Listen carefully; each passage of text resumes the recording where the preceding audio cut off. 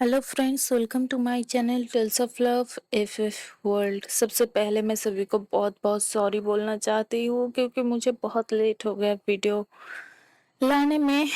तो सभी बस इतना समझ लीजिए, मैं मरने के बाद जिंदा होके आके वीडियो बना रही हूँ। मुझे पता है इस स्टोरी में बहुत ज़्यादा गैप आ गई है, तो मैं बहुत ज़्यादा कोशिश करूँगी इस स्टोरी को जल्दी से जल्दी रैप अप करने की। तो चलिए ज़्यादा बातें ना करते हुए नेक्स्ट पार्ट स्टार्ट करते हैं। रात का वक्त था, बारिश अब धीरे धीरे रुक चुकी थी। अपार्टमेंट की खिड़की के बाहर सिर्फ गीली सड़क और स्ट्रीट लाइट की हल्की पीली रोशनी दिख रही थी। लानवांग जी टेबल पर रखे जेट पेंडेंट को शांत नजरों से देख रहे थे। पेंडेंट बिल्कुल आम लग रहा था, जैसे कुछ हुआ ही ना हो। विवेशन उनके सामने बैठा था। उसने धीरे से पूछा, लानसन, तुम अब भी उस आदमी के बारे में सोच रहे हो? लानवांग जी ने धीरे से सिर हिला दिया। लान शुआ- लान शुयुआन, अगर वो सच में मिराज पर पार कर चुका था तो उसके अंजाम हमें समझना होगा। विभूषण डायरी के पेज पलटने लगा। हर पेज पर पुरानी लिखाई लिखी थी, लेकिन अचानक एक खाली पेज पर धीरे धीरे नीली स्याही उभरने लगी। दोनों एक साथ खड़े हो गए। क्या? कुछ ही पलों में उस पेज पर सिर्फ एक लाइन लिखी हुई नजर आई। The memory does not belong to the one who remembers, it belongs to the one who accept it. Vibhishan ने धीरे से पूछा, मेमोरी सेकंड की? लानवंग जी ने डायरी को ध्यान से देखा। ये हमें ये हमें भुला रही है। अगली सुबह दोनों फिर से एंटीक शॉप पहुंचने लगे। शॉप गायब थी। उस जगह सिर्फ एक पुरानी बंद पड़ी बिल्डिंग थी। न बोर्ड, न मिरर्स, जो कुछ भी था सब गायब था। न वो बुरा दुकानदार था। विभूषण ने आंखें झपकाई। कल यही तो थी, एक पास से गुजरते बुजुर्ग ने हैरानी से कहा। बेटा, यह तो 10 साल से कोई दुकान नहीं है। विभूषण और लानवंग जी एक दूसरे को देखते रह गए। लानवंग जी धीरे से बोले, मिराज, ये जगह सिर्फ तब दिखाई देती है जब वो चाहता है। जैसे ही वो मुड़कर जाने लगे, नीला ग्लास का टुकड़ा फिर से चमक उठा। इस बार वो सीधा सड़क के उस पार एक पुरानी लाइब्रेरी की तरफ इशारा कर रहा था। विभूषण ने मुस्कुराकर कहा, लगता है अगला क्लू मिल गया। लाइब्रेरी बहुत पुरानी थी। अंदर पुरानी किताबों की खुशबू फैली हुई थी। एक कोने में धूल से ढकी हुई एक शेल्फ पर सिर्फ एक ही किताब चमक रही थी। उसका टाइटल था the memories that never happened. Vibhushan ने किताब उठाई। जैसे ही उसने कवर खोला, पूरा लाइब्रेरी हॉल हवा से भर गया। पेज अचानक अपने आप पलटने लगे। लानवांग जी ने तुरंत भूषण का हाथ पकड़ लिया, ध्यान से। अगले ही पल किताब के बीच से नीली रोशनी निकली और दोनों के सामने हवा में एक दृश्य उभर आया। क्लाउड रेसेस, सफेद पहाड़, बर्फ और एक छोटा सा लड़का लगभग 10 साल का, सफेद कपड़ों में। लानवांग जी की सांसें रुक गई। ये मैं हूँ। भूषण हैरानी से उस छोटे लानवांग जी को देखा।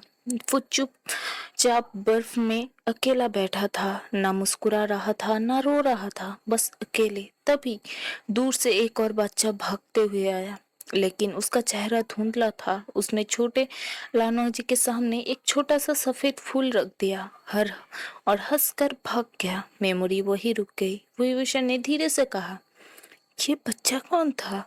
लानोंग जी ने बहुत देर तक उस जगह को देखा। मुझे याद नहीं। वही वक्त किताब के आखिरी पेज पर एक नया वाक्य उभर आया। टू अनलॉक द मेमोरी की, find the forgotten memory.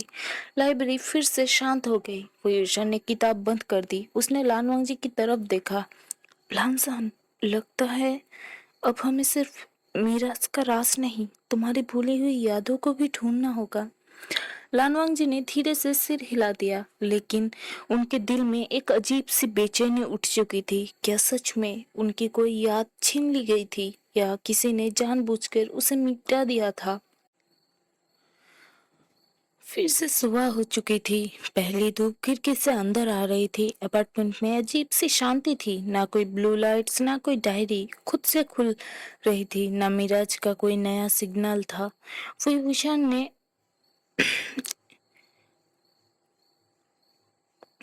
Stretch लेते हुए जमाई ली। आज लगता है मिराज भी छुट्टी पर है। लानुआंग जी ने उसकी तरफ देखा। छुट्टी? विभूषण हंस पड़ा। मतलब आज कोई मिस्ट्री नहीं है? लानुआंग जी ने कुछ देर सोचा। ये अच्छी बात है। विभूषण ने हैरानी से पूछा, तुम्हें भी ब्रेक चाहिए था? लानुआंग जी ने बहुत हल्की सी मुस्कान के साथ कहा। हाँ। विभूषण ने ताली बजाई। परफेक्ट। आज इन्वेस्टिगेशन कैंसल। आज सिर्फ नॉर्मल इंसानों की तरह दिन बिताएंगे, ठीक है? लानुआंग जी ने सीधा सवाल पूछा। नॉर्मल? हाँ। ब्रेकफास्ट, शॉपिंग, पार्क, बस। लानुआंग जी को सब कुछ अजीब लगा, लेकिन उन्होंने मना भी नहीं किया। नाश्ता करने के वक्त विभूषण उसको छोटे से सुपरमार्केट में ले गया। लानुआंग जी हर सेल्फ को ऐसे देख रहा था जैसे कोई म्यूजियम में आ गया हो। उसका नजर इंस्टेंट कॉफी के पैकेट पर पड़ी। ये दवा है? विभूषण जोर से हंस पड़ा। नहीं, ये लोग खुशी से पीते हैं। लानुआंग जी ने पैकेट को देखकर धीरे से कहा। अजीब। थोड़ी देर बाद विभीषण बास्केट लेकर आगे चल रहा था। लानुआंग जी चुपचाप उसके पीछे था। एक छोटी सी लड़की अपनी माँ का हाथ छोड़कर भागती हुई आई और सीधा लानुआंग जी के सामने रुक गई। उसने बड़ी मुस्कुराहट से पूछा, अंकल, आप प्रिंस हो? विभीषण जोर से हंस पड़ा। लानुआंग जी बिल्कुल सीरियस हो गया। नहीं। लड़की ने फिर पूछा, फिर आप इतना सुंदर क्यों हो? इस बार भूषण अपनी हंसी रोक नहीं पाया। लानुआंग जी का कान तक लाल हो गया। लड़की की माँ शर्माते हुए उसे ले गई। भूषण अब भी हंस रहा था। Prince, congratulation. लानुआंग जी ने धीरे से कहा। मुझे ये जगह समझ नहीं आती। शॉपिंग के बाद दोनों पार्क में बैठ गए। हल्की सी हवा चल रही थी। कुछ बच्चे फुटबॉल खेल रहे थे, कुछ लोग अपने पेट्स के साथ घूम रहे थे। लानुआंग जी बहुत देर तक सब देखते रहे। तुम्हारी दुनिया शोर बहुत करती है। विभूषण मुस्कुराया।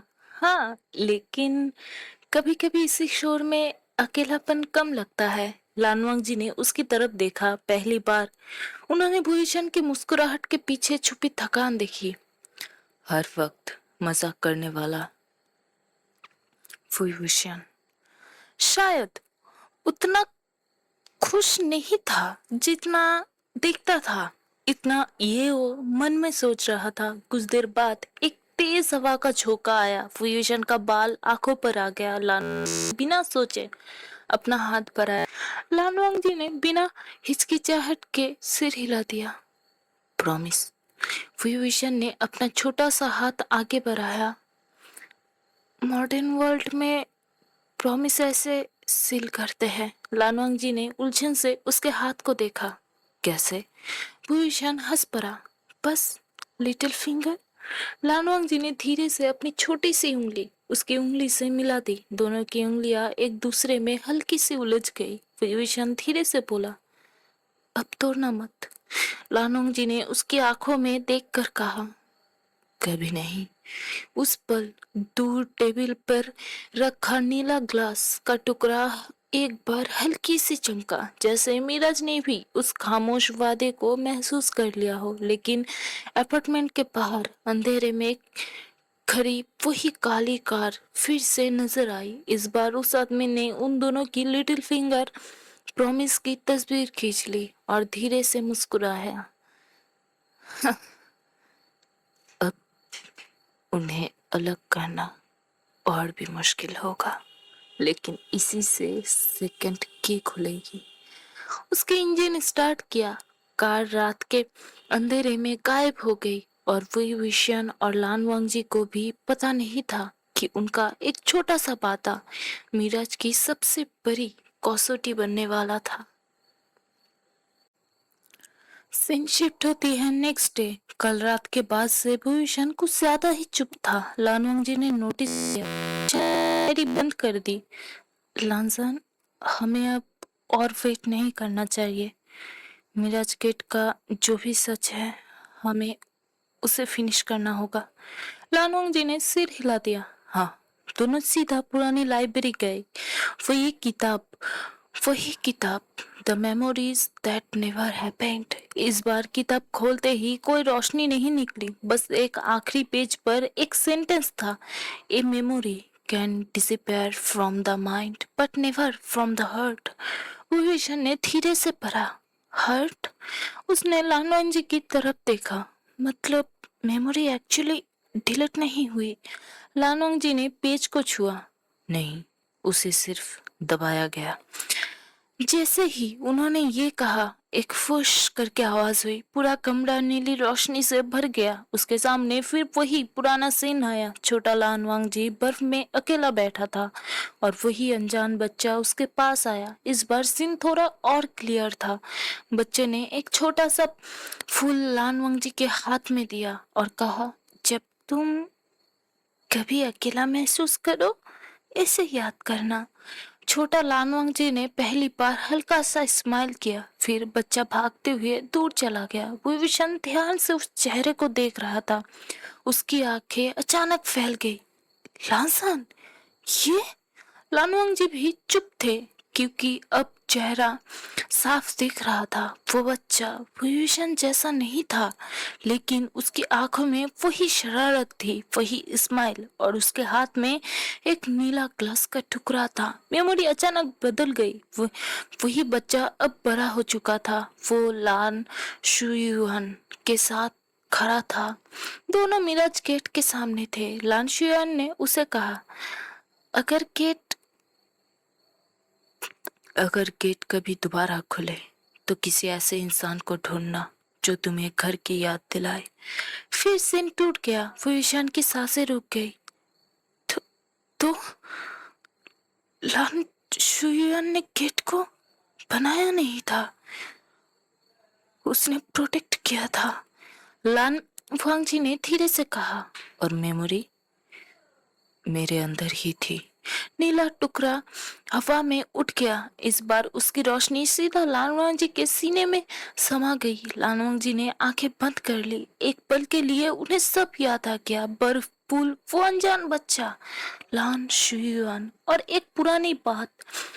मिराज गेट किसी एक दुनिया का दरवाजा नहीं था, वो दुनिया के बीच बैलेंस बनाए रखने के लिए था। और उसकी कीज रिफ्लेक्शन, मेमोरी और चॉइस थी, किसी मशीन के पार्ट्स नहीं थे। वो इंसान के दिल के 3 फैसले थे। रिफ्लेक्शन, अपने सच को मानना। मेमोरी, जो खो गया उसे एक्सेप्ट करना। चॉइस, दिल से फैसला फैसला करना।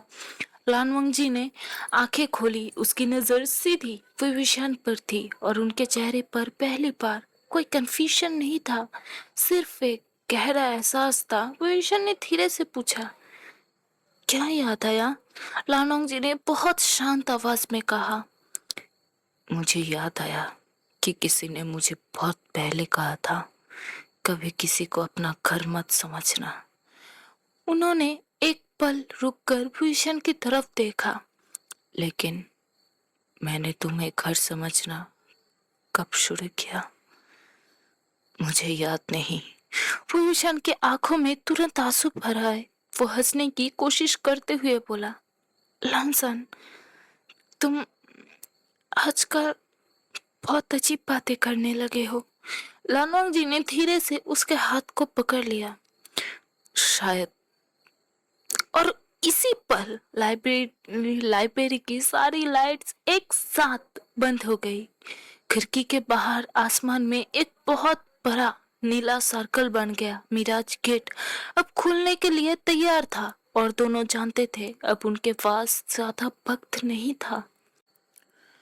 आसमान में बना वो नीला सर्कल धीरे धीरे घूम रहा था। लाइब्रेरी की खिड़कियों पर नीली रोशनी पड़ रही थी। भूषण अब भी लानवांग जी के हाथ पकड़े हुए था। उसने धीरे से पूछा, ये मिराज गेट है?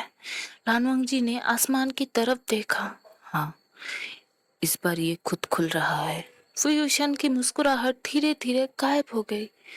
क्या इसका मतलब तुम जा सकते हो। लानवांग जी ने उसकी तरफ देखा। हाँ, बस एक शब्द, लेकिन विजन के दिल में जैसे कुछ टूट गया। दोनों लाइब्रेरी के बाहर आए। आसमान में नीली रोशनी अब और तेज थी। लानोंग जी ने अपनी डायरी खोली। 3 सिंबल्स एक साथ चमक रहे थे। Reflection, memory, choice. Reflection solve हो चुका था, मेमोरी भी। अब सिर्फ चॉइस थी। विजन ने धीरे से कहा, तो अब फाइनल की। लानवांग जी ने सिर हिला दिया। इसका आंसर क्या है? लानवांग जी कुछ देर चुप रहा, फिर बोला, चॉइस का मतलब है जो हम चाहते हैं उसे चूज करना। वो ईशान की आंखें नम हो गए। तो तुम क्या चूज करोगे? लानवांग जी ने तुरंत जवाब दिया।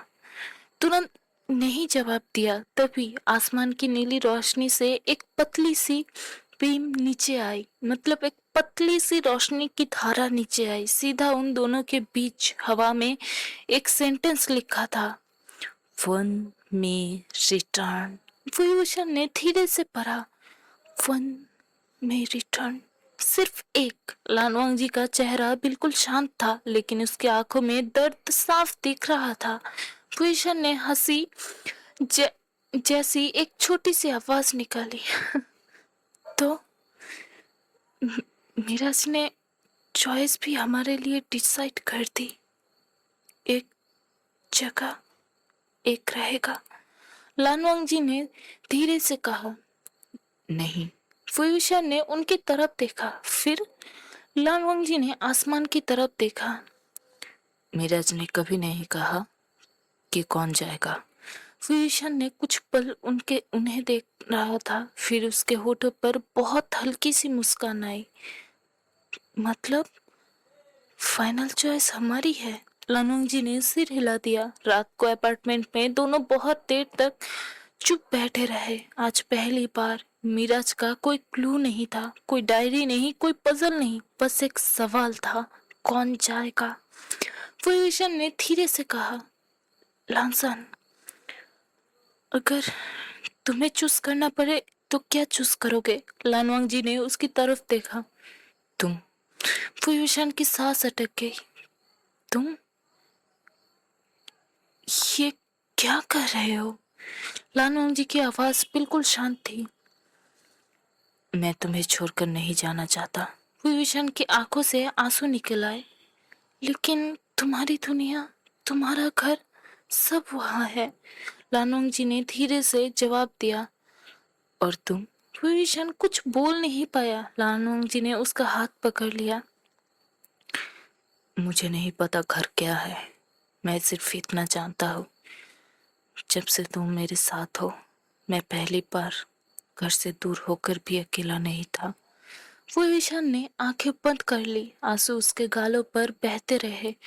उसने धीरे से कहा, लांसन, प्लीज ऐसे मत बोलो। क्यों?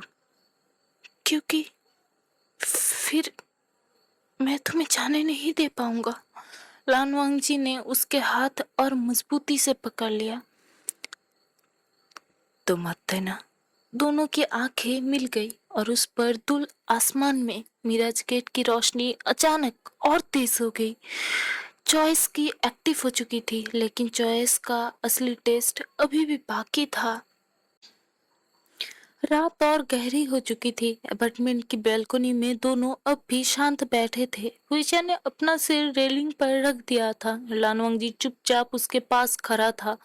आज दोनों के बीच कोई मिस्ट्री नहीं थी, कोई क्लू नहीं था, बस एक सच था, मिराज गेट खुलने वाला था और उसके बाद लानवांग जी को अपनी दुनिया में लौटना था। अचानक एक फूं करके आवाज हुई। आसमान की नीली रोशनी पूरे शहर पर फैल गई। अपार्टमेंट की खिड़कियां हल्की सी कांपने लगी। टेबल पर रखी डायरी खुद खुल गई। 3 सिंबल्स के साथ रोशन हुए, रिफ्लेक्शन, मेमोरी और वही चॉइस। फिर डायरी के बीच में एक नई लाइन लिखी आई, a true choice can not be made by fear. Vibhushan ने धीरे से पढ़ा, फियर? उसने लानवांग जी की तरफ देखा। मतलब अगर मैं तुम्हें रोकूंगा तो चॉइस नहीं होगी। लानवांग जी इन्हें कुछ नहीं कहा। विभूषण के आंखों में आंसू आ गए। मैं मैं तुम्हें रोकना चाहता हूँ, बहुत ज्यादा। मैं मैं चाहता हूँ कि तुम यही रहो।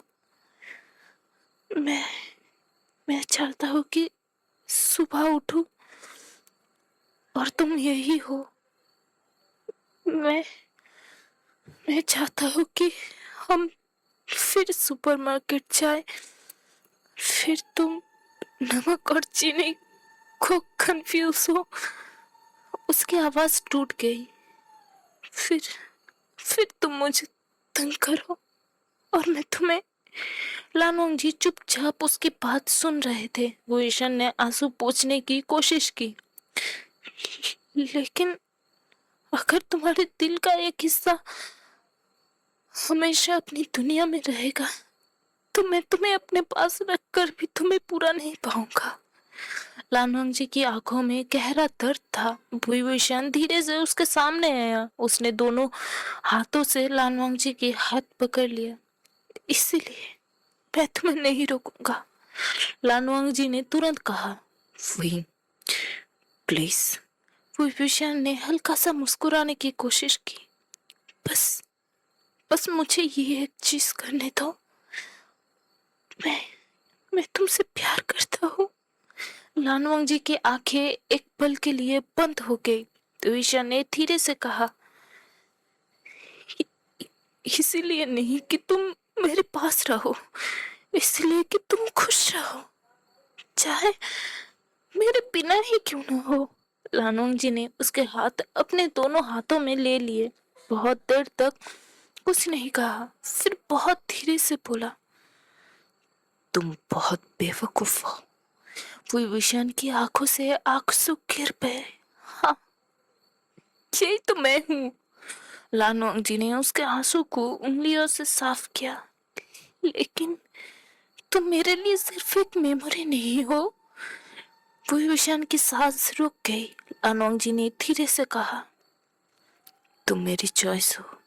उसी पल आसमान में मिराज गेट पूरी तरह खुल गई। एक विशाल नीला दरवाजा, उसकी दूसरी तरफ सफेद पहाड़, क्लाउड रेसेस, लानवांग जी की दुनिया। विभीषण ने गेट को देखा, फिर लानवांग जी को। उसने बहुत मुश्किल से मुस्कुराते हुए कहा, जाओ। लानवांग जी ने उसके हाथ नहीं छोड़ा। मेरे साथ चलो। विभीषण ने आंखें बंद कर ली। एक आंसू उसके गाल पर बह गए।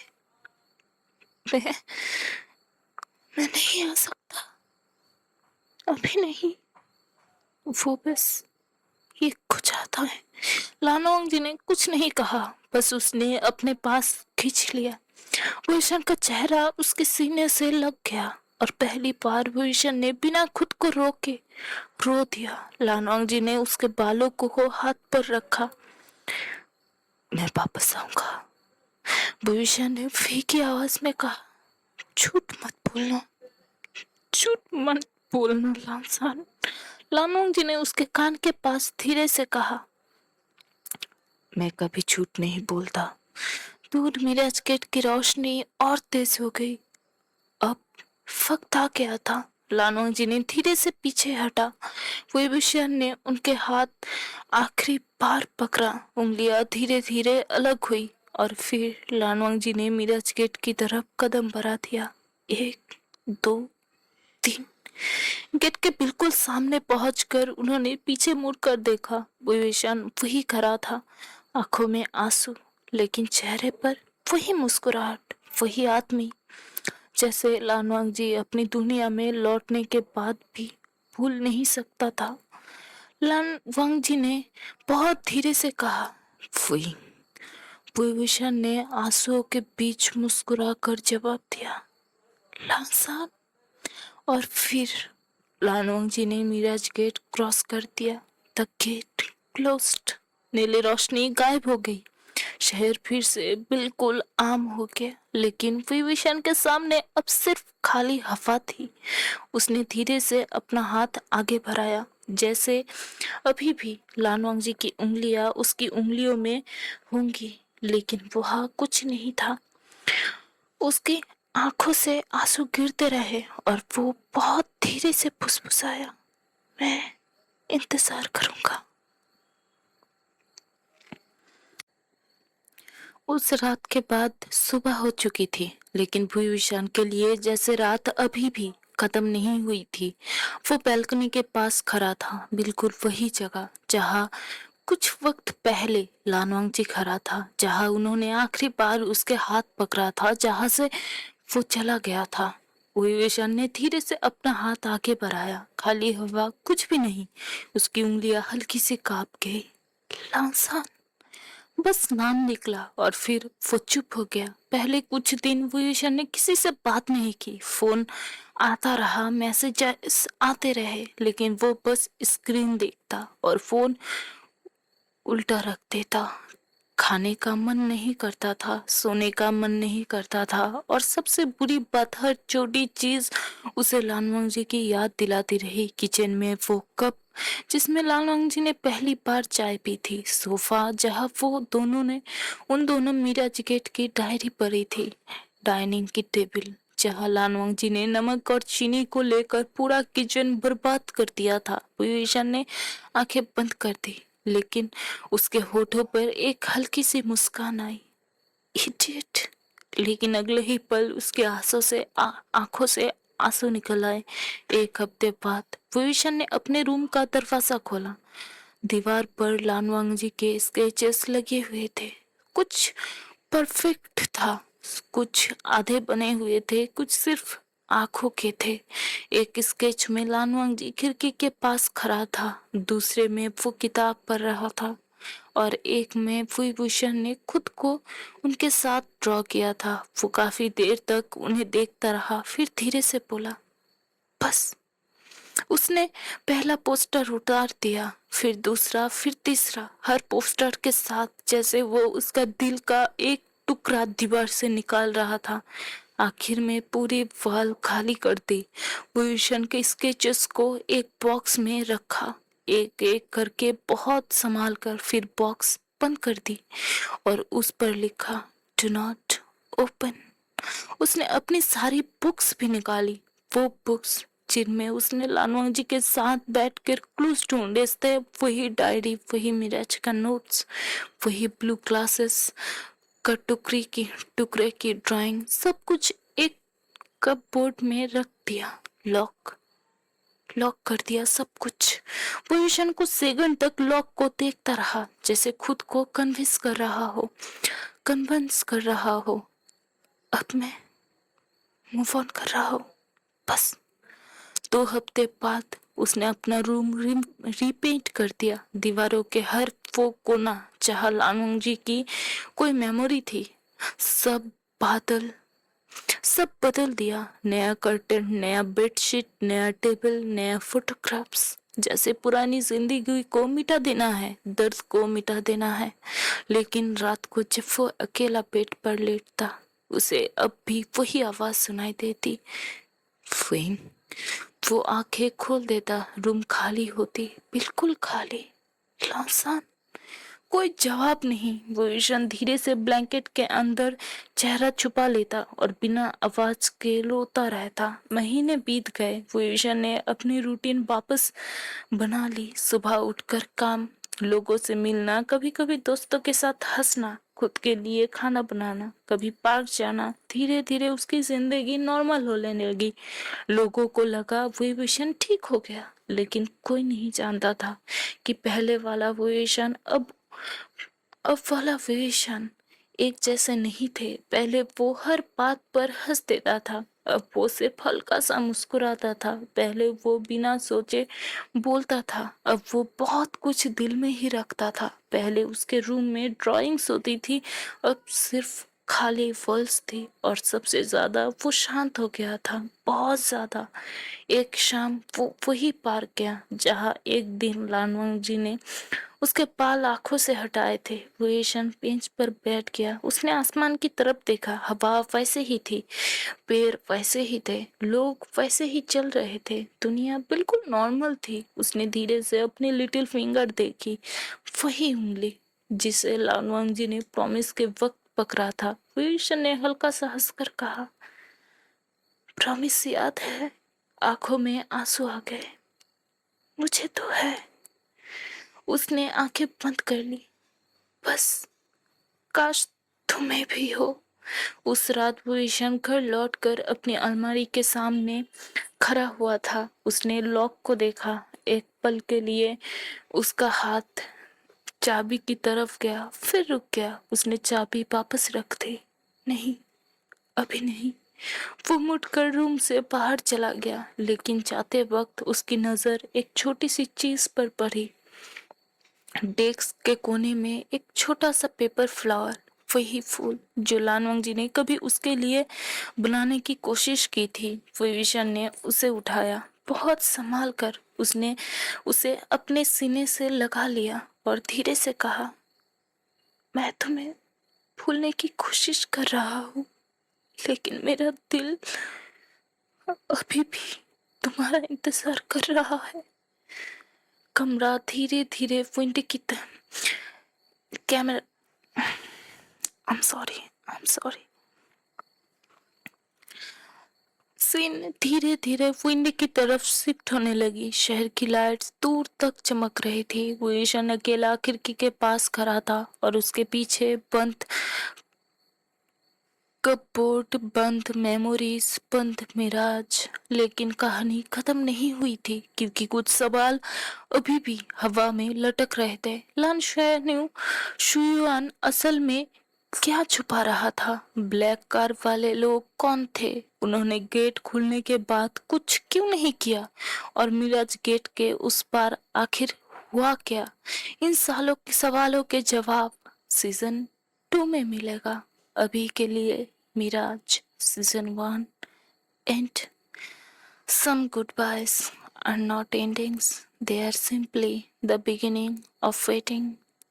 सेकेंड पार्ट आने में थोड़ा टाइम लगेगा गाइस, क्योंकि सेकेंड पार्ट में मैं बिल्कुल भी गैप नहीं देना चाहती और मैं पूरी कहानी लिखूंगी और उसके बाद ही सेकेंड पार्ट अपलोड करूंगी। उसके पहले इसके बाद एक और कहानी, एक डिवाइन कहानी आप लोगों के लिए आने वाली है। और प्लीज़ कहानी को ज़्यादा प्यार नहीं मिलेगा, मुझे मुझे पता है, क्योंकि बहुत सारे लोग कहानी भूल गए होंगे। बट फिर भी जिन्होंने भी ये पार्ट सुनी होंगी, सभी प्लीज़ कहानी को शेयर कीजिएगा, लाइक कीजिएगा, कमेंट कीजिएगा। और मैं इसके बाद से कोशिश करूँगी रेगुलर होने की। मैं रेगुलर नहीं हो पाती, क्योंकि एक ही शख्स जब घर का सारा काम अकेले हाथों में करता हो, तो मैं जो कि कहानी दिल में रख के नहीं बोलती, क्योंकि जब मैं डायरेक्ट बोलने लगती हूँ तो कहानी बोलने में ऐसा फील होता है कि मैं कुछ कुछ पॉइंट्स मिस कर रही हूँ। तो मैं पूरी की पूरी स्क्रिप्ट लिखती हूँ कहानी की, मतलब एक एक पार्ट, एक एक पार्ट, एक एक डायलॉग, एक एक पल, मैं सभी एकदम एकदम मेरे कहानी अगर कोई किताबें पढ़े ना तो उसको लगेगा किसी ने नोवेल लिखा हुआ है। तो पूरा का पूरा मैं पहले लिखती हूँ तो उसके बाद रिकॉर्ड करती हूँ। मैं अभी पहले एक दो पार्ट्स में शायद इस कहानी के नहीं, दूसरे कहानी के पॉइंट्स लिखे हुए थे और वो रिकॉर्डिंग करने में मुझे इतना ज़्यादा मुश्किलें हुई, उसके बाद से मैंने वो छोड़ दिया। चलो वैसे तो नहीं होगी मुझसे, मैं पॉइंट्स लिखने के बाद भी बीच बीच में मैं बोलने में अटक जाता है। और इस बार भी बहुत मुश्किल हुई मुझे रिकॉर्ड करने के लिए, क्योंकि बहुत दिनों से मैं लगातार नहीं बोली ऐसे, तो जबान मेरे मुंह पे अटक रहे थे। मैं जब वो पढ़ रही थी, मेरी स्पेलिंग इतनी ज़्यादा गलत मैं मुंह से बोल रही थी। तो एक्चुअली आप लोगों को ये सुनना पड़ा होगा, क्योंकि मैं अब बिल्कुल भी एडिटिंग नहीं करने वाली, बिल्कुल ही रॉ डालने वाली हूँ, क्योंकि मेरे पास बिल्कुल भी वक्त नहीं है और मैं रेगुलर होने की कोशिश कर रही हूँ। तो एडिटिंग करने में बहुत टाइम लगता है और मैं रिकॉर्डिंग करने के बाद डायरेक्ट डाल नहीं पाती। तो मैं हर दिन अगर वीडियो अपलोड किया करूँगी तो शायद मेरी स्पेलिंग थोड़ी सी ठीक हो जाए बोलने में, तो स्पीचिंग ठीक हो जाएगी, तो ज़्यादा दिक्कत नहीं होगी, रेगुलर बोलूँगी। तो वैसे तो मैं डायरेक्ट बोल के ही अपलोड करने वाली हूँ। तो बाय बाय, इसके बाद मिलते हैं एक नई कहानी के साथ, और इसके सेकंड पार्ट बाद में आएंगे जब हम पूरी कहानी को मैं लिख के ख़त्म कर चुकी होंगी। तो ऑलरेडी वो मैं कंटिन्यू कर चुकी हूँ, लिखना स्टार्ट कर चुकी हूँ। तो देखते हैं कितने दिन में मैं कंप्लीट कर पाती हूँ। और आप लोग मेरी कमज़ोरी जानते हैं, मैं हर एक कहानी में आप नोटिस किए होंगे, मैं सारे के सारे कहानी स्टार्ट को करती हूँ एक तरीके से, और पता नहीं कहानी कैसे इन्वेस्टिगेशन की तरफ मुड़ जाती है, मुझे खुद भी नहीं पता चलता। मुझे सच में मिस्ट्री राइटर की तरफ मुंह मोड़ लेना चाहिए, क्योंकि कहानी में इतना ज़्यादा मिस्ट्रीज कैसे आ जाते हैं मुझे खुद भी नहीं पता। मैं बस लव के ऊपर एक राइटिंग लिखना चाहती हूँ, और अनसेड कहानी को तो लिखने में इतना ज़्यादा दिक्कत हुआ था, मैं बार बार मुंह मोड़ के सिर्फ चले जा रहा था कि मिस्ट्री की तरफ, मिस्ट्री की तरफ, मिस्ट्री की तरफ। मैं उसमें कोई भी पेचीदा चीज़ डालना नहीं चाहती थी, तो इसी वजह से उस कहानी में आपको एक भी मिस्ट्री देखने को नहीं मिलेगी, बस रिवर्स का फॉर्म बीच में है। तो बाकी सभी कहानी में लगभग मिस्ट्री है ही। तो मैं कोशिश कर रही हूँ एक सिंपल सी कहानी लाने के लिए जिसमें इतना पेचीदा चीज़ ना हो। मैं भी थोड़ा सा थक चुकी हूँ इतना ज़्यादा मिस्ट्री लाते लाते, तो इसके बाद की जो कहानी आएगी वो थोड़ा सा इजी रखने की कोशिश करूँगी मैं। बहुत ज़्यादा बात कर लिया, तो अभी के लिए tata bye bye darlings. Please मदद कर लो, आप लोग शायद इतनी देर तक सुने भी नहीं होगी, फिर भी कोई बात नहीं। कमेंट करो, शेयर करो, और भर भर के प्यार दो, लाइक करो। और आज के लिए इस कहानी को यही पेंट करते हैं, फिर से मिलेंगे इसी प्लेटफॉर्म पर एक नई कहानी के साथ। प्लेटफॉर्म का नाम याद तो है ना, Tales of Love FF World. Bye bye.